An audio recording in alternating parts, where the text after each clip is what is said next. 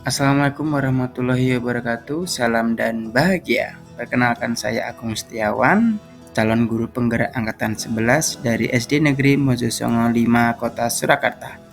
Pada kesempatan kali ini saya akan memaparkan koneksi antar materi, kesimpulan dan refleksi modul 1.1.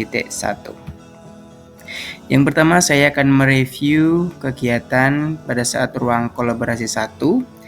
Pada tanggal 21 Juni 2024, kami berdiskusi tentang kekuatan sosio-kultural di kota kami, yaitu Kota Surakarta, yang relevan dengan pemikiran filosofis Ki Hajar Dewantara. Pada saat itu, kelompok kami memilih tata krama sebagai kekuatan sosio-kultural Kota Surakarta. Selanjutnya, pada ruang kolaborasi kedua, pada tanggal 24 Juni 2024, kami mempresentasikan hasil diskusi kami di ruang kolaborasi 2. Pada saat itu, kelompok kami mendapat pertanyaan dan tanggapan tentang penerapan tata krama di masyarakat beserta tantangannya. Kesimpulannya yaitu tata krama dapat ditanamkan kepada peserta didik dengan adanya teladan dan kerjasama seluruh pihak.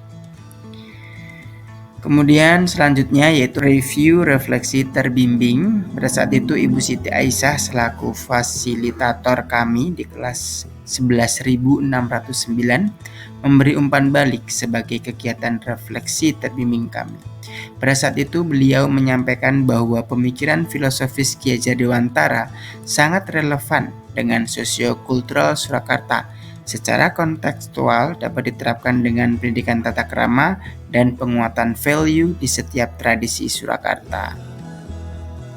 Selain itu, Ibu Siti Aisyah juga menekankan bahwa pendidik harus bisa menjadi teladan bagi peserta didiknya. Pendidikan harus menghargai budaya sebagai kodrat alam, tapi juga harus dinamis menyesuaikan perkembangan zaman. Sebagai pendidik harus menghamba kepada peserta didik, namun perlu adanya kesepakatan sebagai kontrol agar peserta didik tetap di jalur yang benar. Kegiatan diskusi dan presentasi pada saat itu sangat seru dan berkesan bagi saya. Semua calon guru penggerak aktif mengutarakan pendapat dan saling tanya jawab memberi umpan balik yang positif. Pada saat itu, fasilitator kami juga sangat baik kepada kami. Selanjutnya yaitu review demonstrasi kontekstual. Pada tanggal 27 Juni 2024, saya membuat demonstrasi kontekstual pemikiran filosofis Ki Hajar Dewantara. Saya memaparkan demonstrasi KHD bahwa guru itu seperti petani, menuntun peserta didik agar ia dapat tumbuh sebagai versi terbaiknya. Selain itu, saya juga memaparkan asas trikon, yaitu kontinu, konvergensi, dan konsentris. Maknanya, pendidikan harus dinamis, bersumber dari berbagai referensi dan budaya, dan berpusat pada value esensial seperti kemanusiaan. Selain itu, pendidikan harus menghamba kepada peserta didik.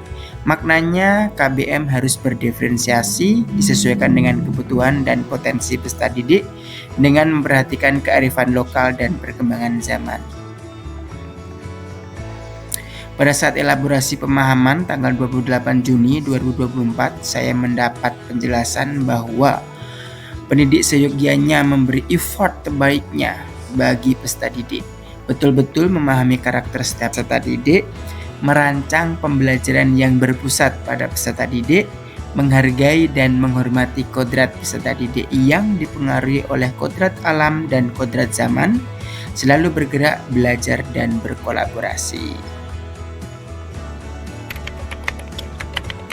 Apa yang Anda percaya tentang murid dan pembelajaran kelas sebelum Anda mempelajari modul 1.1? Sebelumnya saya terlalu mengejar materi.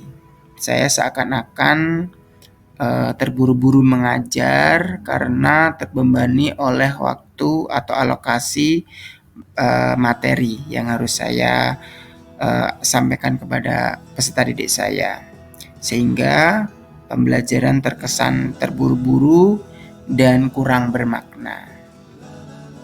Selain itu, saya juga kurang memperhatikan karakter siswa, karena itu tadi mengejar materi sehingga memaksa peserta didik untuk mengikuti dan mempelajari materi tanpa saya perhatikan karakter mereka. Kemudian selanjutnya saya juga terlalu fokus dengan hasil evaluasi, terlalu fokus dengan nilai anak-anak, tidak memperhatikan mengapa mereka tidak tuntas KKM. Jadi saya cenderung merasa tidak puas dalam pembelajaran apabila ada peserta didik yang tidak memenuhi KKM. Apa yang berubah dari pemikiran atau perilaku Anda setelah mempelajari modul ini? Setelah saya mempelajari modul 1.1, saya menyadari bahwa apa yang saya lakukan selama ini kurang tepat. Kemudian setelah saya mempelajari modul 1.1, saya menjadi lebih sabar dan ikhlas dalam menyampaikan materi kepada peserta didik saya. Pelan-pelan tapi pasti, pelan-pelan tapi sesuai dengan kebutuhan peserta didik saya. Pembelajaran menjadi lebih bermakna. Kemudian saya juga lebih memperhatikan karakter murid karena saya melaksanakan pembelajaran dengan sabar, pelan tapi pasti, sehingga saya juga ada kesempatan untuk memperhatikan karakter murid saya atau peserta didik saya. Lebih banyak melakukan pendekatan kepada peserta didik, bagaimana karakter mereka, sehingga pembelajaran yang saya laksanakan bisa lebih bermakna bagi peserta didik saya. Kemudian selain itu tadi, saya juga lebih menghargai setiap kodrat peserta didik, bahwa tidak harus semua peserta didik itu nilainya bagus semua, karena setiap peserta didik itu mempunyai kodratnya masing-masing seperti padi. Mereka mempunyai kemampuan dan potensinya masing-masing, mempunyai karakter masing-masing, sehingga saya cukup menuntun potensi dan kemampuan peserta didik saya.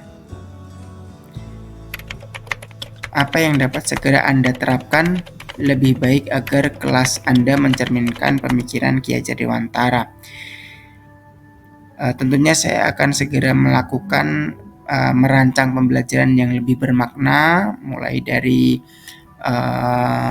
rencana pembelajaran sampai dengan evaluasi pembelajaran tindak lanjutnya harus betul-betul saya lakukan dengan sungguh-sungguh, sabar dan ikhlas, sehingga pembelajaran yang dilakukan bisa lebih bermakna dan berpusat kepada peserta didik. Selanjutnya, saya juga akan segera melakukan pendekatan positif kepada peserta didik supaya saya lebih mengenal peserta didik saya, lebih mengenal karakter mereka satu persatu. Kemudian selain itu, saya juga akan melaksanakan Merdeka Mengajar dan Merdeka Belajar, bahwa saya mengajar itu lebih merdeka, artinya lebih banyak referensi yang saya pakai, tidak kaku, fleksibel, menyesuaikan karakter peserta didik dan juga perkembangan zaman.